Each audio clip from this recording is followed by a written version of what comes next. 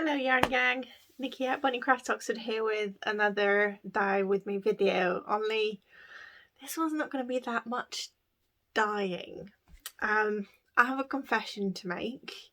So I'm going to spend a whole video in front of the camera, and that's because I had a little whoopsie and I had 3 videos deleted. So I think partly it's my fault, but partly it's Google's fault, or at least that's what I'm blaming it on.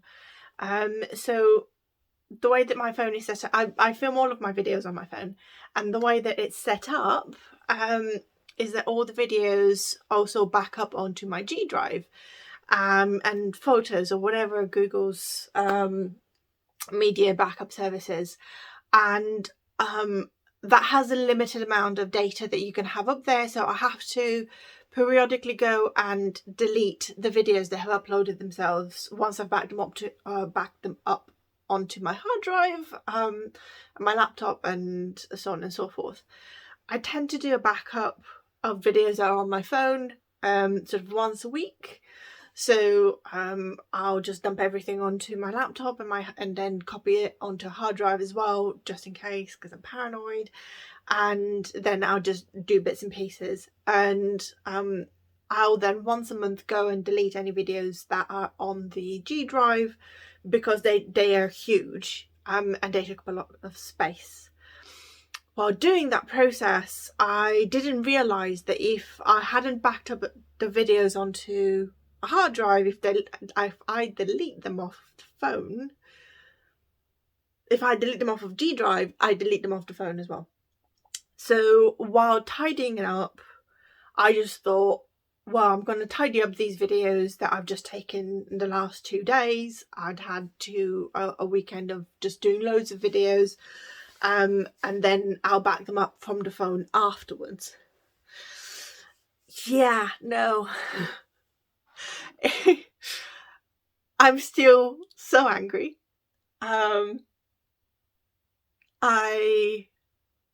These videos are going to help me out over the Christmas break as well, so I was trying to film as much as possible and just start uploading bits and editing bits so that when the holidays come around, I can still spend time with you by replying to comments, but don't have to edit videos, and I get to spend time with my family.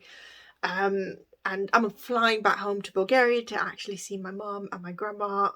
It'll be over 2 years since I've seen my grandmother and my brother, so very excited about that. But yeah, I didn't want to have to do any bits and pieces for the YouTube channel while I was with them, because it's been such a long time. I just want to dedicate all of my time with them. I'm still going to do that. It just means that the next couple of weekends I'm just going to be in front of the dyeing pans, and I'm not going to redo the videos that I did, mainly because I'm not sure that I can. I've sort of redone one of them, but used different colours, and we'll talk about that in a second. But so what I'm going to do in this video, now that I've prattled at you for a little while, is I will show you the end results, and I'll talk a little bit about what I did to get here. And yeah, you can see, so this is my little yarn cave. This is my spare bedroom, and you're going, I can't speak today. This is so frustrating. So you're only going to see this bit, because that bit over sort of yonder is a laundry mess. I have been really lazy and haven't folded my laundry from the last couple of days, because I've just been sad. November is a very tough month for me. My dad passed away a year today, actually. So yeah, if I also look a little bit sort of blurry-eyed, it's because I've been a bit weepy and sort of, you know, not great. But this is a lovely distraction, and Dad was my biggest supporter. He pushed me into doing all of this. I'm playing with yarn. So I guess I'll show you what I've just flashed next. But yeah, so Dad was just always pushing me to try everything and anything, and always told me that there's nothing I couldn't do. He also used to tease me incessantly, and say that my air is full of hot air. My head is full of hot air, but he meant that lovingly. Anyway, before I make myself cry, because I will, I'm going to start with these two green bad boys. So I'm going to bring them up to the camera. They're two different yarn types. So this is the bamboo and merino, so 80% merino, 20% bamboo. I will turn the camera around in a second and show you them a little bit closer, but yeah, so absolutely love. And this is the MCN, so this is merino cashmere nylon. No, it isn't. This is merino nylon. So this is 80-20 merino nylon. This is, I think it's called Sheila's sock or something. Sheila's titanium, I forget. So let me turn the camera around and show you them and just go a little bit through what I mean. So here are the two yarns, and so this is the merino nylon and this is the merino bamboo, and the bamboo just has this beautiful luster to it. You get similar lusters with merino silk as well, and both are ridiculously soft, but this one tends to be a little bit higher twist. So if I bring the two together, you can see this has got a much higher twist than this one. So what I just tried to do with these two yarns was to use every type of green that I have in my arsenal and layer them onto each other, to try and see how all of these greens will interact. And so you'll see there'll be bluer areas. So this is where I had things like teal and spruce, and I also had some sage green, which also is a lot of a cold blue, has a lot of cold blue tones in it. We had a lot of fun with the sage green actually when we put it in the pot, and I will do that experiment for you again some other time. But depending on how hot or cold it was, the blues strike very quickly or not at all. So the hotter the pot is and the yarn is, the blues will strike, and then you're left with the yellow. So if the yellow then moves around, you get this sort of bluey colour going through.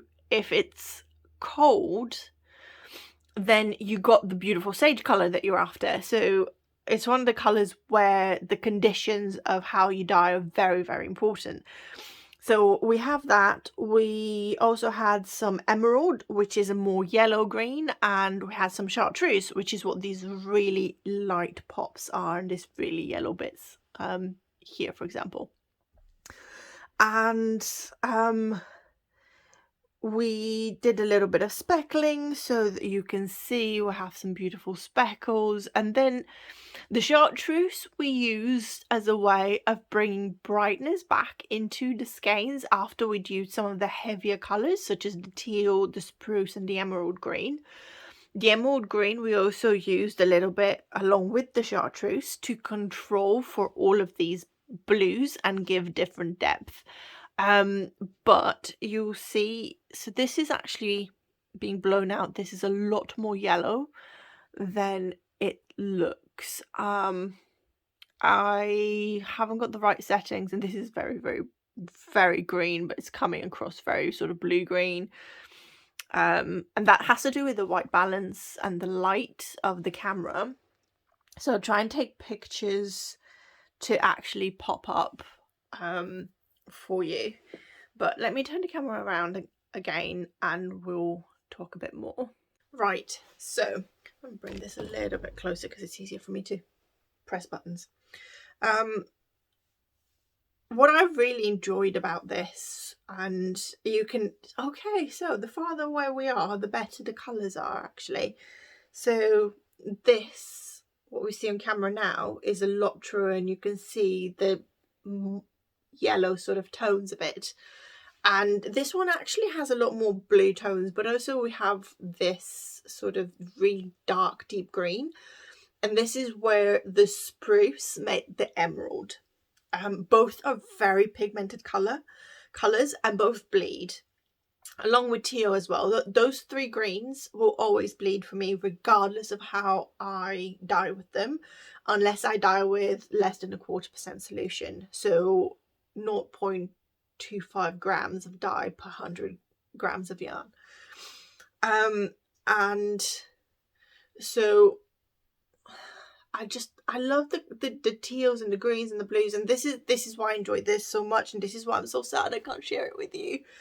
But watching the colours blend in the pan, watching the clouds of them just sort of mix with each other, watching the yarn change colour, even when it's very deep and dark, and then when you add the chartreuse to change that deepness from a bluer to a greener, more yellowy one. I just enjoyed it so much. And that's why I have done another video where I used all of my yellows, oranges and reds together. So I band these three colours together because I knew that we were still going to be left with a little bit of yellow, which is right next to me. I'm not going to show you because you're going to have to watch the next video. But yeah, we've got a bit of yellow left, but not a lot. But it's a beautiful yarn that we've got. It has a very similar effect where it's just 100 million shades of orange and pink and purple and stuff. Not purple. Well, there's a little bit of purple-ish, kind of. So that was the first thing that I did. The other thing that I did, and I'm genuinely incredibly upset about having lost this video as well, was a roving video. So I had 200 grams left of my merino nylon roving, which originally, I think it's right behind me.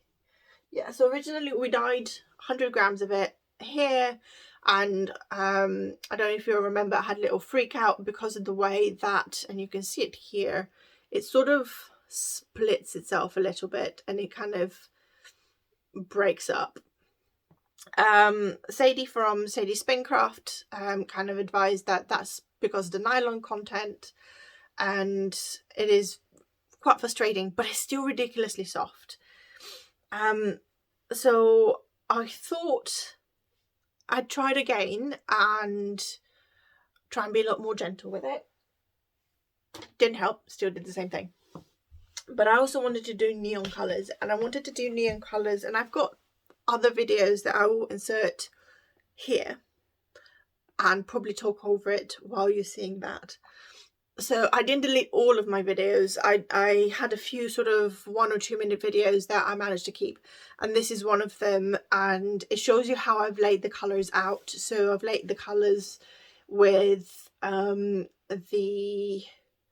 is it fuchsia that I used? Yeah, fuchsia in the centre, safety orange on one side, and fluorescent lemon, which is the yellow on the other, and they mixed. The roving was braided, which was another thing that I wanted to do. I wanted to see what the effect of leaving the roving braided when you dye it has, how much white is left over, how all that resist sort of affects where the yarn the dye penetrates the fibre. There's just a lot of stuff that I wanted to try out, and there was a lot of stuff that I talked about, and I will do a braided roving video again. And I will probably do another neon colour one. I really, really want to get Dharma's fluorescent green. Something toxic, I forget what it's called. And include that and use more of a sort of, not quite speckling, because you can't really, there's no point speckling roving, because as you spin it, that's the word I'm looking for, as you spin it, you sort of break the colour up, so you're just going to end up with lots of white and the occasional very, very pastel bit of colour. So I want to throw the dye as if we're speckling and then watch it spread and see how that works. But let me show you. I have this cloud, look at this. Oh my god, so much roving in mouth. I have this cloud and look at how soft and fluffy it is. Oh my god, I can't even. It makes me so happy. But yeah, so this is the result of what we got, and so we used purple pop. We didn't use fuchsia. Now that I've seen it, we used purple pop, and I will show you exactly why we used purple pop. Because it breaks and it gives us this beautiful blue, it gives us this beautiful purple, but also all of the pink that you see, all of the pink is where the purple pop has broken. It also gives us some greens, so we have a few beautiful greens. We managed to keep, I was very worried about losing the yellow, but we have kept plenty of that very fluorescent yellow. Some of it is actually the safety orange breaking and leaving the sort of purpley effect up here, because safety orange is a bit of that fuchsia that makes up fluorescent fuchsia and purple pop and some of the safety lemon. So that's a really strange colour. Like safety orange, if you mix with citric acid and speckle with it, breaks into pink and yellow, and it's gorgeous. It's so beautiful. I think I've got a bit of it somewhere.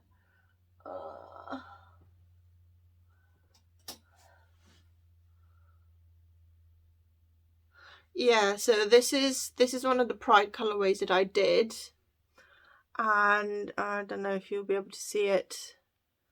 Can't really see it on here because it just blends into the yellow, but into the orange. But can you? Yeah, you can. So it breaks into this yellow and pink. But I love it so much. Oh, and that is my sock set. So yeah, we have meters and meters and meters worth of this. There's 200 grams of it in total, but this is what I mean about it being an absolute pain. So I didn't even felt the edges. There is no felting on this bad boy whatsoever. It is fluffy as a cloud, but again, the braid split, and you can see it. It just splits into itself. It is so frustrating. And what I am definitely going to do, and I'm going to show you a couple of other things where I think it has to do with the wider the fibre is blended. And I'll show you why I think that. But I also need to buy other hand-dyed merino nylon braids to see if that's how they come. I've never bought one. I've only ever dyed my own. I haven't actually, there's not a lot of fibre that I buy with nylon. I'm also, you know, partly thinking of looking at yarn that doesn't necessarily have nylon, maybe have more silk, so that I try and step away from the plastic. I'm thinking of minimizing the superwash yarn that I do, because again, it's an additional chemical process.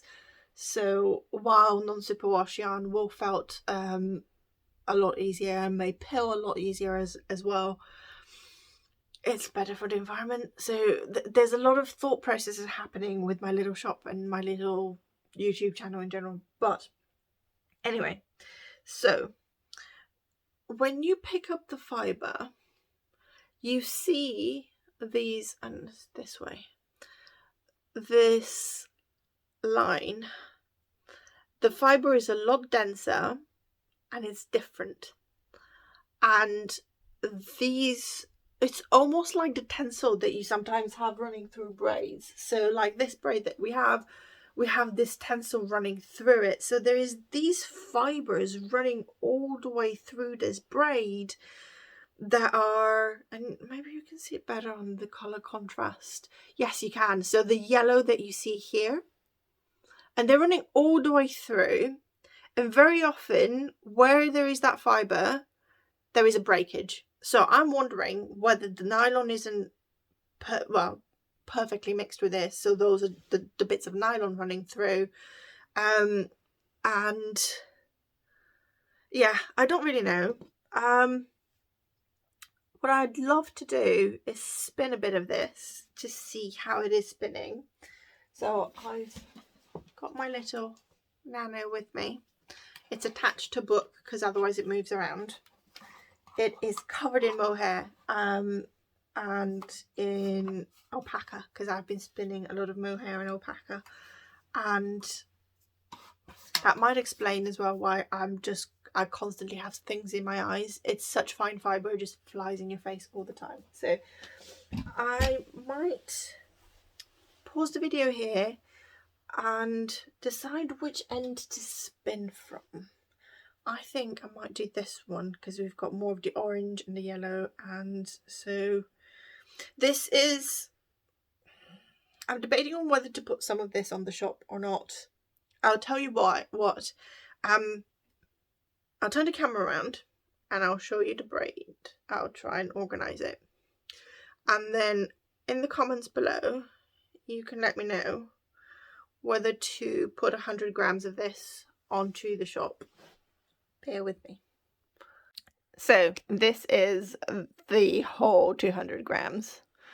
And we have like a big section in the middle where there's like a lot of yellow, and then there's a big section here where there's a lot of pink and a lot of orange. So I could technically take 50 grams off one end, 50 grams off the other, and leave 100 from the middle, so people will get a bit of this and a bit of that. Again, there is absolutely no felting. There's like little bits and pieces here where the fibre is just caught on itself where it's split. But yeah, the biggest issue is this splitting that I'm talking about here.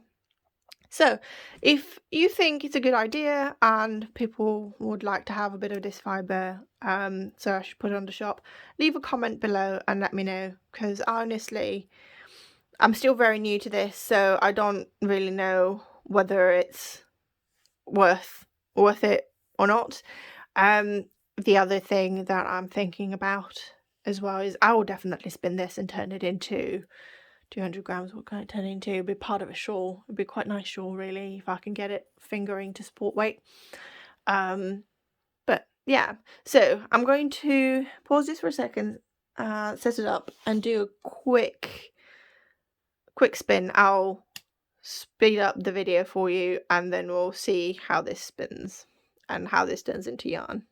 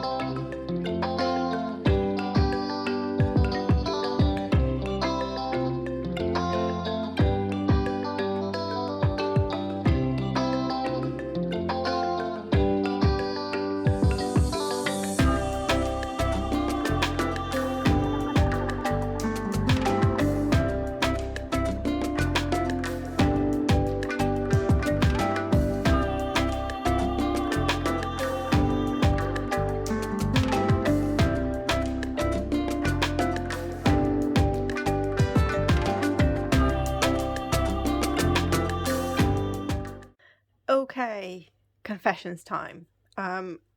Life happened and I wasn't able to spin an awful lot of the big fluff that we have, but I did manage about not that much, I don't know, about sort of 5 grams maybe maximum.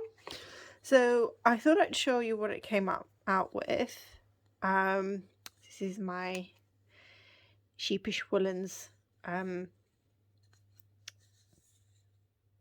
I forget what this is called. Doesn't matter. It basically tells me how thick the yarn is. And you can see it's incredibly inconsistent. We have everything from sportswear from, this is more fingering, to almost Aran, to be honest. This got really thick at one point, and I'll show you in a minute. But look at the beautiful colours that we're getting. We're getting some really nice deep sort of purpley pinks to oranges, butter yellows, deep yellows. I think it's absolutely stunning. As you can see, depending on how you ply it, so this is chain plied.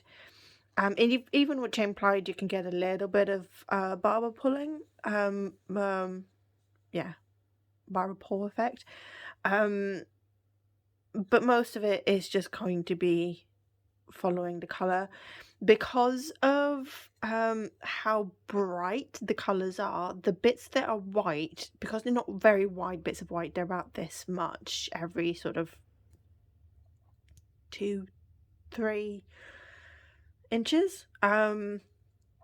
They blend, so then you're not ending up with any white really.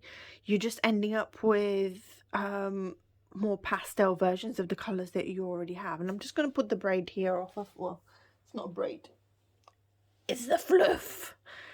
So this is what we have, and this is what it's turning out as. Again, if you were to fractal ply this, you would get mostly this barber pulled effect if you planned it really carefully. Where you're getting a bit of the greens and stuff, it's kind of coming out a little bit brown, where if it's mixing with any of the oranges. But it's actually like a really subtle, it's more like burnt orange than brown really. So I got that, and I thought I'd do a little swatch just to show you, considering how inconsistent my spinning was. We're still getting a really nice fabric. You can see it's kind of transitioning from one color to the next. This is what I mean when I say there's almost no white, and technically this isn't really white. It's a very, very pale yellow. The camera's just making it white. Where you do get barber pulling, you just kind of get this mold effect. So this is where we got a bit of barber pulling. And this is, here is what I mean about this brown. So over here, it's more burnt orange than brown. But can we just take a moment to see how nice and neat and tidy my swatch is? Considering that there's like 10 different yarn weights in here, I think I still did all right. But yeah, you can see this is almost Aran. It got really, got really chunky. And yeah, here I didn't finish it off very well. But I was in a hurry. And I can't, because I only have the Nano, it makes a little bit too much noise. So I can't watch TV and spin in the evenings with Tom, or play games and spin, because it just distracts. And I have some hearing issues, so I can't always hear what's going on TV over the Nano. So I just don't like it. But yeah, so I think what I'm going to do is I'm going to finish knitting all of this into a swatch. I think I might leave a little bit of this end, although it doesn't really tell me anything. So yeah, I think I'm just going to finish this little swatch, and then I'm going to add that to my spinning diary. With just a little note, and then I'll put a note to the episode as well, so that I remember if I'm curious, I can go and watch anything back. So that's the some fluff on the fluff. So that's the braid, and I'm gonna get back to the rest of the video now. So I went to make myself a cup of coffee. So that is the roving, and that is what I will insert a little video in here of the yarn as well that I've ended up with, but I'm losing light. So basically I'm going to finish doing this video, I'm going to go and do some spinning, which I'm going to really enjoy, and then I'm going to do a little video probably tomorrow, so it'll look different. I know I'm in the office tomorrow. Well, tomorrow evening it'll be a darker video. I mean, I've turned the light on already. It is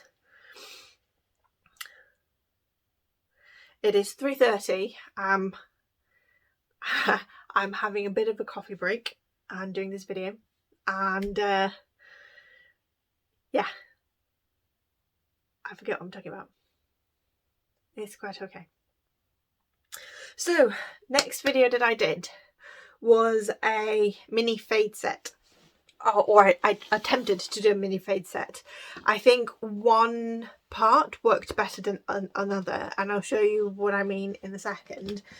So I'm going to put, again, I think I have a video, possibly part of the beginning of a video, so if I do I'll insert it here, if not you'll keep looking at me. But I had been dyeing some yarn, and I had some sort of grey and black mixture left together, and I didn't want to waste it. And I had been wanting to do a fade set with a sort of grey base colour to begin with anyway, so I dumped 5 minis into that set, and the minis were 75% merino, 25% nylon, and we ended up with a lovely silver grey. It was, the colour is gorgeous, well, it was gorgeous, very similar to,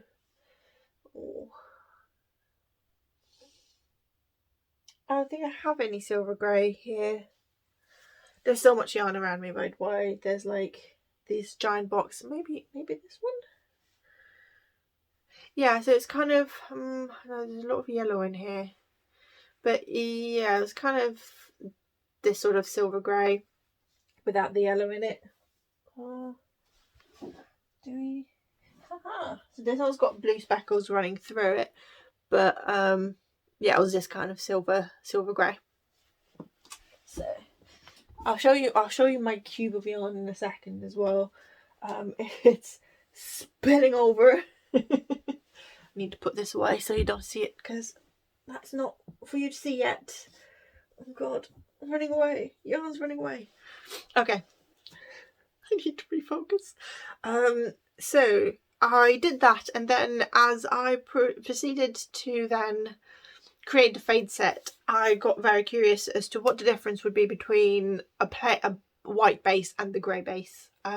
So then I grabbed another set of minis and alternate them, and it looked so beautiful. It was white and grey and white and grey and white and grey, and it was done in the big pan that I have, and I had folded them over and just had them running all the way down, and they were a little bit twisted as well, so that, and I speckled, and I used I think it was Valentine Blush, Plum Dandy, and Navy Blue by Jacquard. I think I might have used some gunmetal as well, but I don't remember now, and unfortunately the video's gone.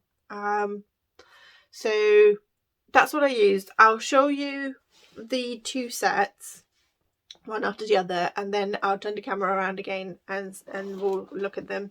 And I labelled them from G1 to G5, which is the grey one, and then W1 to W5, which is the white set. So I'll show you the grey set first. The grey has a little bit more of a fade effect. I didn't quite get a fade, I don't think, but this is, so yeah, this is the grey set. So this is the lightest one, and this is the darkest one. So this is G1 here and G5 here. And these are, it's very hard to hold them all together so you can see them properly. Let's see if this is better. Yeah. So it's getting very, very dark outside very, very quickly. So I'm hoping that when I turn around, you see it. And then this, okay, now I have to turn them around so that you see it in the same light. This is the white set. So the white ended up a lot more pink. It still has like the blue, but there's a lot more pink in these last 2, and not as much blue in this one. But am I moving them around? No. So I will put them next to each other here, turn the camera around, and hopefully you'll be able to actually go that way. Yeah, I've still kept the cable ties to them, so that I don't get completely confused.